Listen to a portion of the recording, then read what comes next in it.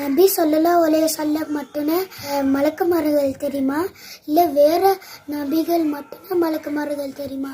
மலக்குமார்களை பொறுத்த வரைக்கும் அவர்களை தங்களுடைய உண்மையான உருவத்திலே நபி ஸல்லல்லாஹு அலைஹி வஸல்லம் சில முறை பார்த்திருக்கின்றார்கள்.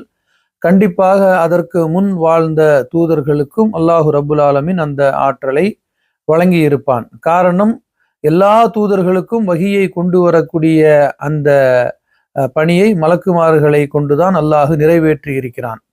இன்னும் அல்லாஹுடைய ரசூலுல்லாஹி ஸல்லல்லாஹு அலைஹி வஸல்லம் சஹாபாக்களும் இருந்த இடத்திலே ஜிப்ரீல் அலைஹிஸ்ஸலாம் மனித உருவத்திலே வந்தார்கள் என்ற அந்த ஹதீஸ் நம்ம எல்லோருக்கும் தெரியும். நபி ஸல்லல்லாஹு அலைஹி வஸல்லம் இடத்துல இஸ்லாமை பற்றியும் இஹ்சானை பற்றியும் கற்றுக் கொடுத்த அந்த சந்தர்ப்பத்திலே அவர்கள் ஒரு மனித உருவத்திலே வந்தார்கள்.